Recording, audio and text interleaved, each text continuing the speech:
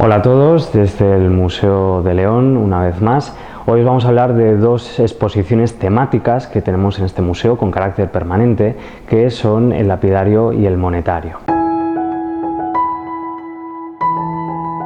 El lapidario es el lugar en el que nos encontramos ahora mismo. Es un espacio donde no cobra tanta importancia el carácter cronológico que tiene gran parte de este museo, incluso tampoco ese carácter didáctico, aunque lo sigue teniendo. Es más un espacio para la reflexión, un espacio que nos invita a pensar sobre asuntos como el propio museo y su función dentro de la sociedad, pero también sobre aspectos todavía más abstractos, como podría ser el recuerdo, la memoria o el olvido. Al museo, desde ese momento del siglo XIX, empiezan a llegar distintas epigrafías, distintas lápidas como las que tenemos en este espacio, que empiezan a engrosar poco a poco los fondos museísticos, hasta que ya en ese 1869 se decide abrir al público en un lugar muy diferente de donde nos encontramos, en San Marcos. Aquí tenemos, por ejemplo, una fotografía del claustro, donde vemos las distintas lápidas que van componiendo durante gran parte de su historia este lapidario, y que es un poco el antecedente del espacio que estamos viendo ahora mismo aquí en el edificio Pallares, que es donde acabamos residiendo desde el año 2007.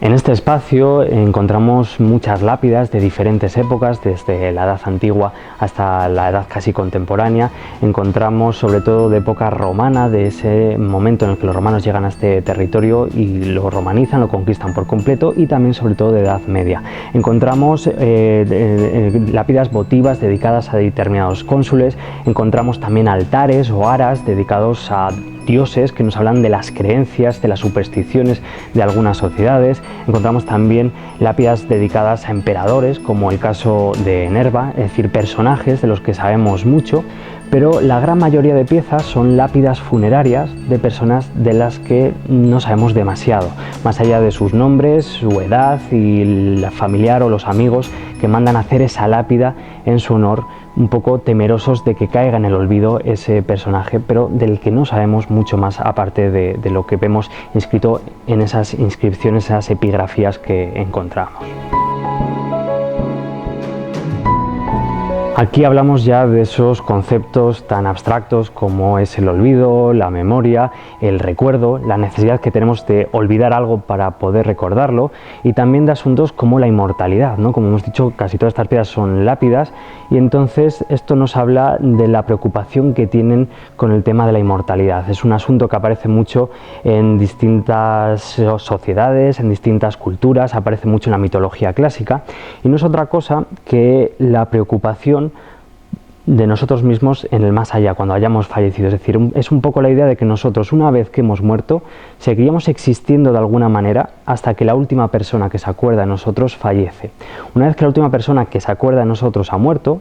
desaparecemos, como si nunca hubiéramos existido, y por eso preocupa tanto. Por eso encontramos nombres como Cándida en esta copa funeraria, que nos está hablando de que algún familiar se ha preocupado porque su memoria siga viva de algún modo a lo largo de la historia, y por eso empleamos a día de hoy incluso elementos duraderos como es la piedra. Por tanto, podríamos llegar a entender este espacio como una especie de cementerio donde se nos invita a reflexionar también sobre la muerte o sobre temas tan peculiares como por qué los seres humanos nos empezamos a enterrar en algún punto concreto de la prehistoria, que es algo que me han preguntado varias veces y que la respuesta probablemente es incierta. No sabemos exactamente por qué nos empezamos a enterrar. Algunos hablan de cuestiones higiénicas, otros de miedos, de supersticiones, y otros hacen también reflexiones más sugestivas, como por ejemplo que la propia observación de la naturaleza es la que nos invita a los seres humanos a empezar a enterrarnos. Si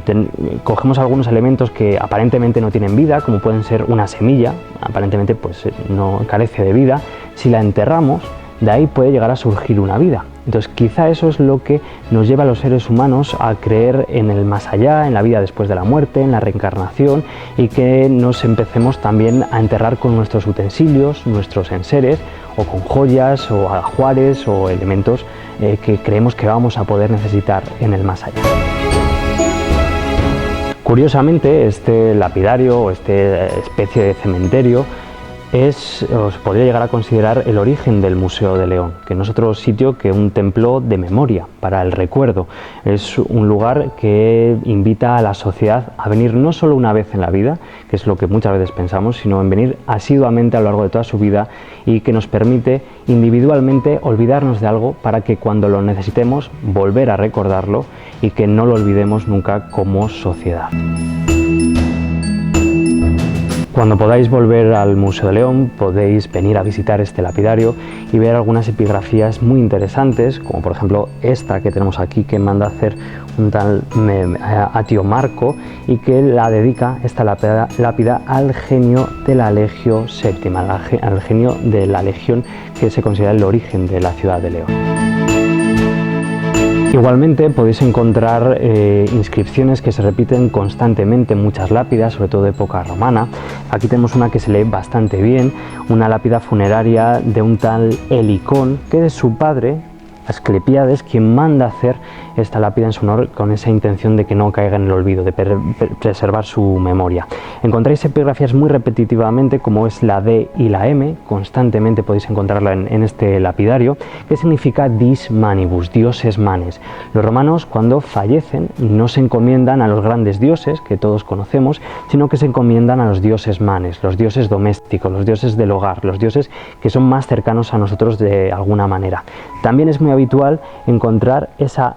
S, T, T y L, que significa sic tic terra levis, es decir, que la tierra te sea leve, que es una inscripción que se repite constantemente. También de época antigua encontramos muchas lápidas que conocemos como vadinienses. ¿Quiénes eran los vadinienses? Fueron unos pobladores que habitarían en lo que hoy sería la zona de Riaño, de Liegos, toda la zona de picos de Europa, y que tuvieron la suerte de que Ptolomeo, un historiador romano, llegó aquí presencialmente y nos habló de ellos. Y nos comenta que tienen una capital que es Vadinia.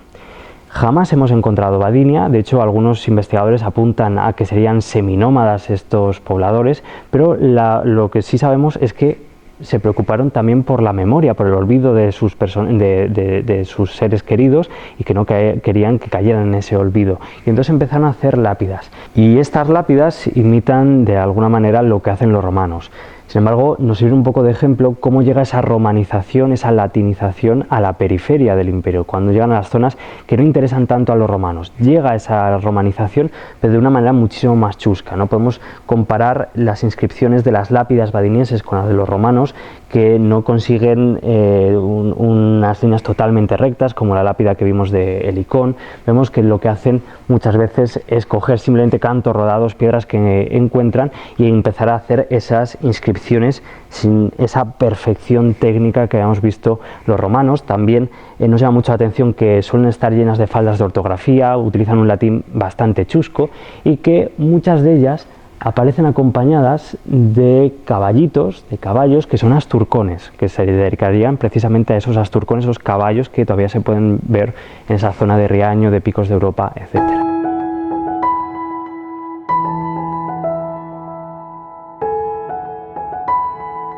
En los laterales del lapidario, para terminar, y que podéis verlo cuando volvamos a estar abiertos, tenemos dos almacenes vistos, que es como se llaman a estas estanterías, donde aparentemente todas las cosas están en un totum revolutum, un poco sin sentido, pero creedme que tiene todo sentido, está bien pensado. Todas las piezas, por pequeñas que sean y diminutas que las veáis, tienen un número, tienen una identificación, están catalogadas, están recogidas en el museo, y si en algún momento se necesitara para recordar algo sobre ella, simplemente habría que ir al sistema del museo y sabremos exactamente en qué estantería de todas estas está esa pieza para poder utilizarla de algún modo. Volvemos al asunto de que el museo no es un lugar para visitar una vez, sino para venir asiduamente a lo largo de toda la vida, ir descubriendo cosas nuevas, porque todas las piezas que tenemos aquí en este almacén, en el lapidario y en todo el museo, pueden entenderse como libros que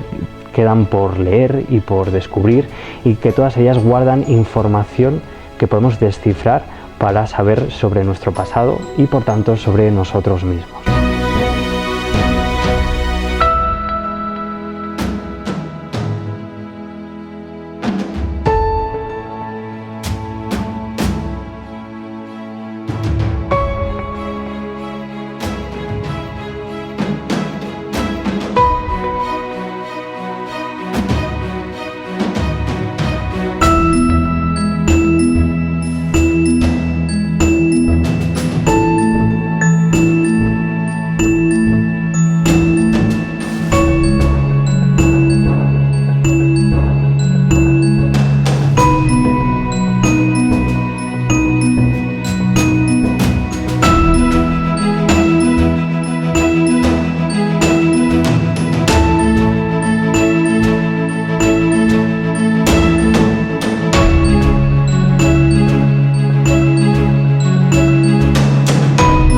Nos encontramos ahora en el monetario, otro espacio dedicado a una temática muy concreta, que son las monedas, que son vehículos de información muy importantes a lo largo de la historia, que nos hablan de procesos históricos muy diferentes y que suelen estar muy arraigados con la historia de los museos y de los numísmatas, esos estudiosos de las monedas que ya se rastrean desde el siglo XVI.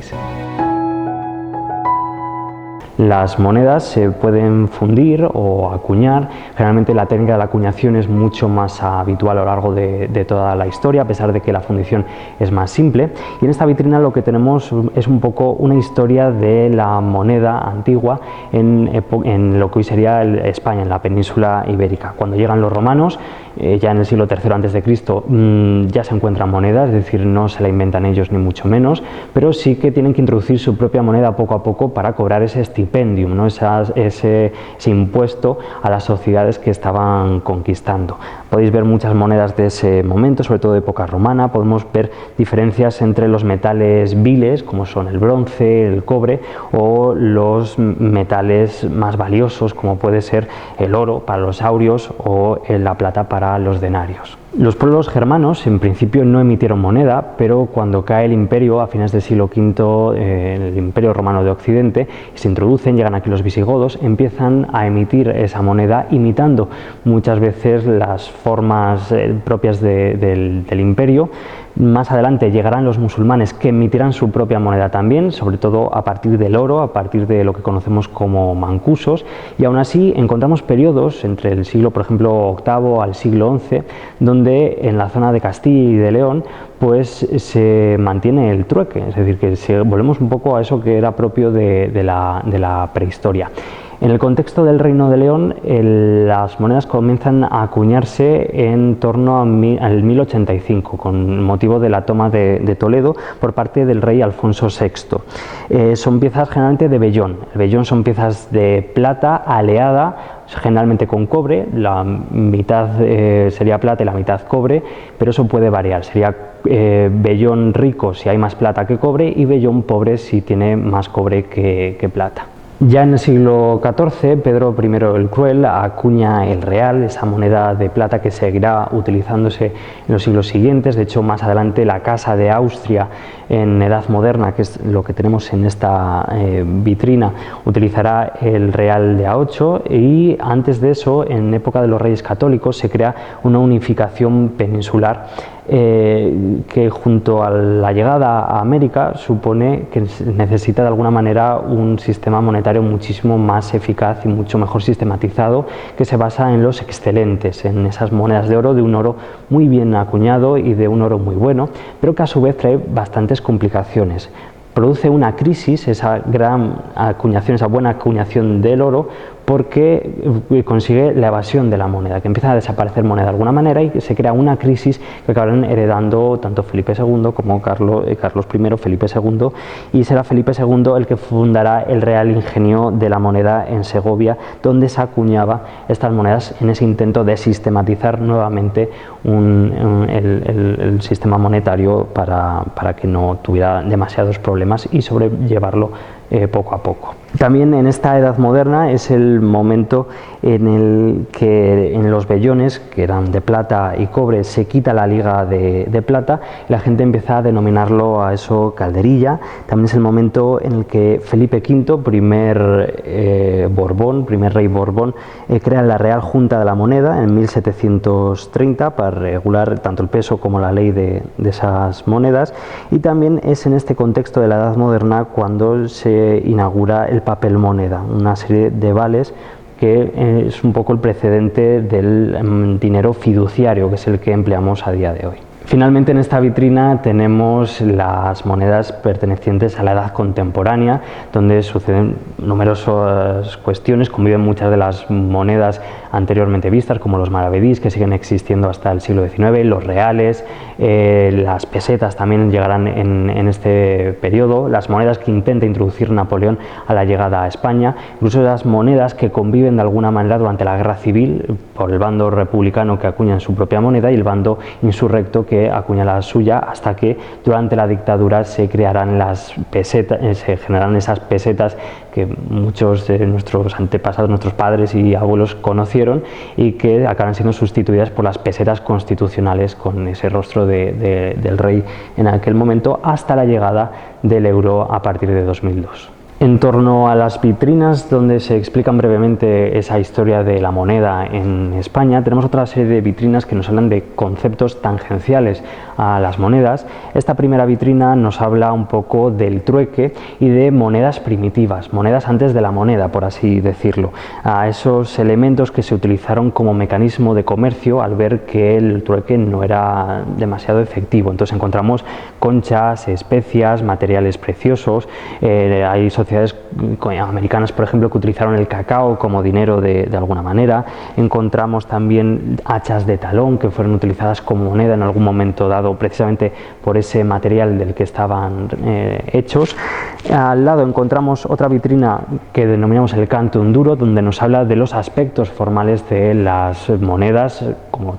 las monedas que todos conocemos, con su anverso, su reverso, su ceca, la fecha en la que se ha realizado, el ensayador,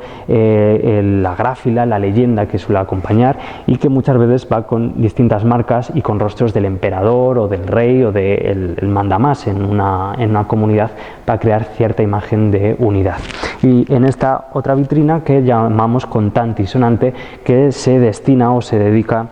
a ese vocabulario que surge del entorno de las monedas y del dinero, el calderilla, per cápita, todos estos conceptos que vienen de algún momento y que están vinculados de alguna manera con el dinero y con las monedas. Asimismo encontramos otras vitrinas también dedicadas a esos elementos, como por ejemplo esta denominada dinero llama a dinero, que nos habla del ahorro. Encontramos una alcancía, una hucha medieval y restos de un tesorillo, que se suelen encontrar esos tesorillos de monedas en contextos de crisis, cuando se teme por una incertidumbre que va a haber más adelante. Parece ser que mucha gente hace acopio, ahorra de alguna manera y lo esconde para cuando lo pueda llegar a necesitar, algo que seguimos haciendo todavía a día de hoy y que ya desde la antigüedad se venía haciendo. Encontramos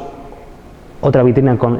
llamada Poderoso Caballero, que tiene un poco que ver con el tema de la propaganda, de la imagen de los emperadores, como en las monedas muchas veces viene ese rostro del emperador, viene el rostro también de jefes de Estado o de reyes, de alguna manera como vehículo de información y como vehículo para demostrar la importancia o quién es el que está legitimizando el valor de esa moneda. Finalmente encontraríamos aquí usos y abusos, que es como denominamos a esta vitrina, que quiere decir que el fraude y la corrupción tampoco es de ahora, no es algo que propio de la edad contemporánea, sino que desde la antigüedad ya encontramos estos abusos, como se han intentado hacer muchas veces reacuñaciones para dar más valor a las monedas, o se ha intentado fundir una moneda para quitarle la liga o la parte de metal más valiosa y después darle un aspecto similar al que tendría antes. También se han horadado muchas veces, están vinculados también pues con los deseos, esas tradiciones que existen, como tirar monedas a la fuente para concederse deseos. Encontramos también en esta vitrina fichas de juego y al lado una ficha telefónica de la primera mitad del siglo XX, que seguramente que haya gente todavía que conociese esas fichas telefónicas. Estamos ahora ante la vitrina denominada Buscando un símbolo, donde podemos ver una evolución de esa heráldica, de ese escudo que nos identificaría de alguna manera a todos como comunidad o como sociedad de España, y podemos ver cómo ha ido variando a lo largo de los siglos a través de las monedas, y cómo esas mismas monedas nos dan esta información tan importante muchas veces para el estudio historiográfico. Al lado encontramos la vitrina cara a cara, que tiene que ver con un asunto que ya hemos mencionado, que es ese retrato en la moneda de los emperadores, los reyes, los jefes de Estado que quieren imprimirse ellos mismos, acuñarse ellos mismos en esas monedas para que su rostro viaje por todo el imperio o por todo el territorio. Y finalmente, más allá de las monedas, que es una vitrina dedicada a los sellos y a las medallas, muy vinculado por técnica y por aspecto a las monedas, pero que no tiene ese carácter de moneda, como se hacen muchas veces esos sellos o esas medallas para competiciones en oro, en plata, en bronce, para determinar el primer ganador, el que ha quedado segundo, el tercero, o también los plomos o esos sellos diplomáticos que durante gran parte de su historia, sobre todo en finales de la Edad Media y toda la Edad Moderna, se encuentran, por ejemplo, en las bulas papales, para determinar que ese documento que se ha realizado tiene validez, está respaldado por el Papa, por el Rey o por quien sea, como los que tenemos aquí también de época de Felipe II.